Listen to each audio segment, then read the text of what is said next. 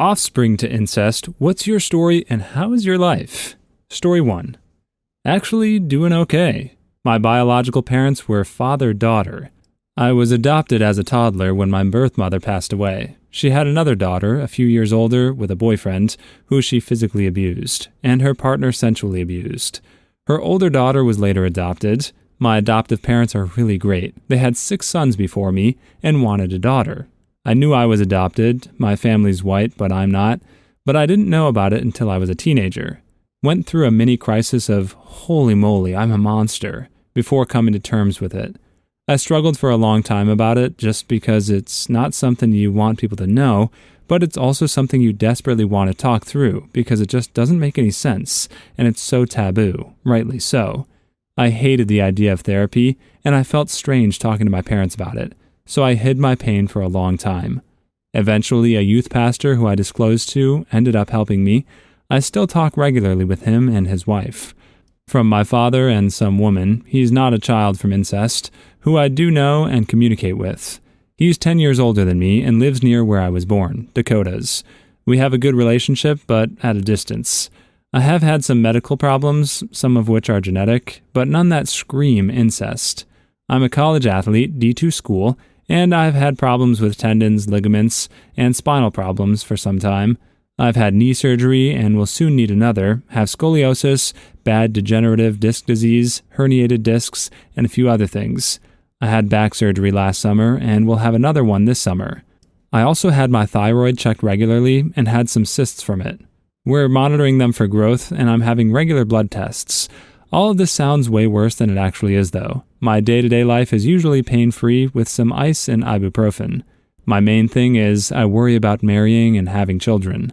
I didn't date much in high school, but I now have a great boyfriend. He was in the Marine Corps and had some PTSD, which he told me about last month when we started getting into the tell each other all our past garbage phase.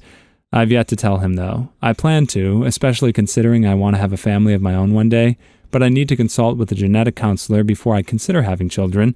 Of course, adoption is always an option. I think the main factor with kids of incest is that adopting them makes people feel uneasy, just because it isn't something they themselves know how to deal with. That's understandable, but what made all the difference in my life is being adopted by such wonderful people. My parents, my brothers, my extended family who know my birth parents, they never once made me feel disgusting or unwanted or unloved. I can't imagine where I would be without them. Story 2. I was adopted when I was 2. I'm extremely close to my parents. They never kept it a secret that I was adopted. It really was no big deal until I got into those angsty teenage years and felt like I wanted to find my real parents. When I was 12, I found a small safe in my parents' closet and tried to find out anything I could. I found some information, such as my original last name, but that was about it. Fast forward to about 6 years ago, I developed a bunch of pretty serious illnesses and was curious to see if anything was due to my genetic makeup. I met with a social worker from that state that I lived in, and he facilitated getting some information for me. He offered me the opportunity to meet my bio mother. I declined. I received a packet with my medical information. It turns out that my birth mother claims that her brother is my bio dad. Every woman in my bio mom's family, grandmother, aunts, etc., had significant mental health issues, and all of them had their bio children taken away due to serious neglect and alcoholism. So I don't drink. That kind of messed me up for a while, and I felt a tremendous amount of shame. I asked my mom if she knew that I was potentially a product of brother-sister incest, and she said that they found out during the adoption phase. However, I was also told to take the information with a grain of salt, since my birth mother apparently had a long history of mental illness. I don't think I will ever know for sure, but I try really hard not to think about it too much, and focus on my great parents who loved me endlessly and gave me a truly terrific life. I still struggle with the possibility. It makes me feel kind of dirty. The only people that know are my parents and my husband. I secretly hope that my bio mom was making it up due to her illness. Story 3. There was a woman in my pregnancy and infant loss group that had a really tragic case of accidental incest. We live in a town where there's a military base and soldiers from Great Britain, and they often come and train there. Well, this woman met a soldier at the club one night, and they hit it off and started seeing each other. They discovered they both had family from a little obscure town in England. She was born there, and her mother brought her to Canada when the mom split up with the dad. She grows up not ever having contact with her father as a result. Anyhow, this girl ends up pregnant by this soldier and doesn't get proper prenatal care other than her anatomy scan at 18 weeks. When the baby was born, he had severe deformities and was lacking a bunch of his bones in his limbs. At children's hospitals, they do a genetic workup on the parents and baby, and within a couple of days, the baby passes away. The genetic counselor ended up contacting the lady and telling her she needed to come in for an appointment. She does, and it turns out that her and the soldier are half-siblings, and they both had a specific gene mutation that had been passed on to their baby, resulting in whatever disease caused him to not develop parts of his skeleton. In the course of a few days, she lost her baby, found out her boyfriend was actually her brother, and went off the deep end and started using all kinds of drugs. Listening to her story made me feel uncomfortable and physically sick. It was awful. I felt sorry for her, but also felt disgusted, even though I knew it wasn't really her fault. Story 4. I work with 2 children who were born because of incest. The boy is microcephalic, small head, cerebral palsy, severe ADHD, and developmental delay. He's almost a teenager, but is as functional as a 6-year-old and is on a toddler education level.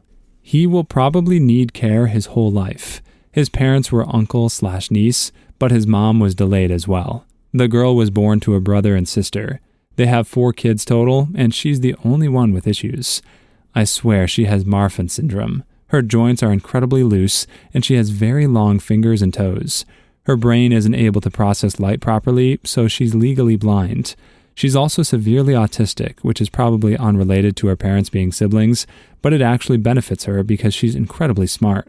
She's 10 now and is learning to communicate well and is excelling in school these days. She's actually started going to regular school now, in a special class because she's blind, but we have hopes that she'll be able to go to the normal classes in a few years. She's still not potty trained, but that's expected when you have her level of autism and being blind. The worst thing I've ever seen as a pediatric CNA isn't the children from incest, though. It's the children from parents who drank or did drugs while pregnant. Such beautiful children who would have been perfectly fine if their mothers hadn't put poison in their bodies. Story 5. My parents were step-siblings. They were raised together from young teenagers, but didn't have me until my mom was 28, I think. Anyway, my father robbed a convenience store while my mother was pregnant and was in jail for 4 years. He got out and they got back together. He did a bunch of heroin 6 months later, and me and my mom found him passed away. 6 months after that, my mom dropped me off with some of her junkie friends and never came back. They left me at a church, and eventually the police found me. My mother was found passed away in her car from an overdose the next day. My grandmother swears she was red-rummed by the mob for threatening to inform them about my father's passing away. I really have no idea, but I think it's her coping strategy. I was raised by my mother's mom and father's dad, and they were extremely normal college-educated people. I've got a host of the mental issues my parents did, but I keep putting one foot in front of the other. Telling the story of my parents just sounds like it happened to somebody else now.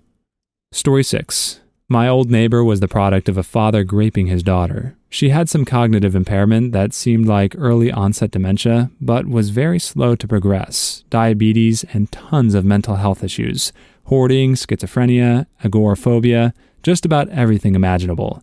If it was a thing back then, she would have also been on the autism spectrum. She had 2 children herself, non-incest, that were profoundly mentally ill and also somewhat intellectually disabled.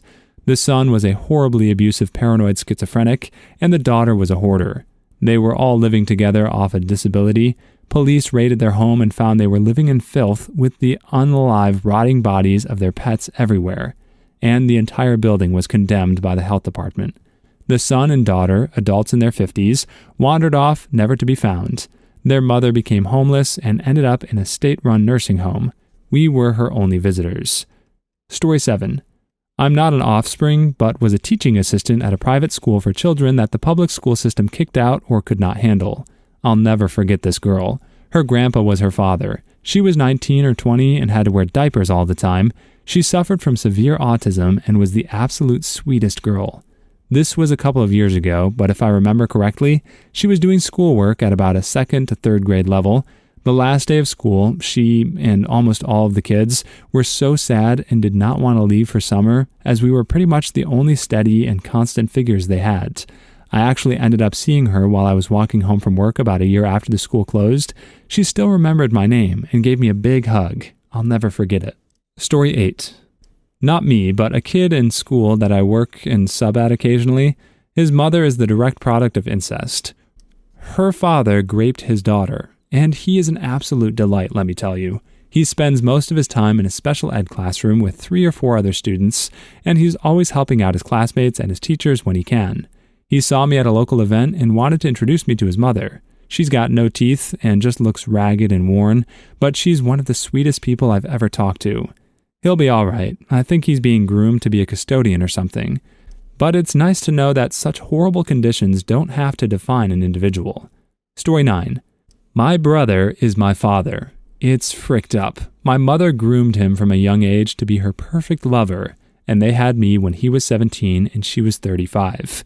I grew up thinking he was my brother and that my dad had left the family, but I found out the truth when I walked in on my brother and my mom doing it when I was 14. I was absolutely horrified, and I confronted them, and they told me the truth. I felt betrayed and disgusted, so that night I took my belongings and left home. Haven't spoken to them since. They were the only family I had since my mother also left her family and never spoke to them again at a young age. I'm 24 now. Story 10. To be honest, I didn't consider myself a product of incest until I read the comments here. My parents are first cousins. I come from a country where that's normal and lived all my life in another country where it's the norm. I think I'm pretty normal, and so are my siblings. We all ended up being atheists in a country where you can have your life ended for that. Smart and open-minded. So, in the eyes of my culture, there's probably something wrong with us. Story 11. My parents are first cousins. I only have some hormonal problems, but it's not too serious. It's really embarrassing. The younger ones in my family don't know it, and neither do any of my friends. It would be horrible if they knew. A girl in my school once joked about my parents being cousins because I'm Middle Eastern and I nearly got a heart attack, but I just laughed it off since I knew it was just a joke. Story 12. My parents are first cousins. They share the same grandfather. It's not weird at all in my family. It's talked about openly for as long as I can remember. I remember hearing stories about my mom and dad growing up a couple streets away from each other. My brother and I are not affected at all by them being first cousins, just the divorce, alcohol, and drug abuse growing up. Meh. Story 13. I have 2 siblings-in-law, adopted obviously, who are the product of incest. Both have mental deficiencies. One is in legal trouble relating to child porn. The other has Prader-Willi syndrome, meaning they will eat anything and a huge amount, due to never ever feeling full. Neither will ever live completely independently. Story 14. I have some acquaintances, 2 Indian sisters, adopted by an American family when they were babies. Apparently, they were the product of their uncle raping their mother. These girls grew up to be gorgeous geniuses, so it worked out okay for them. Please leave your stories in the comments. I'd love to make a video of them in the future. Also, don't forget to like and subscribe.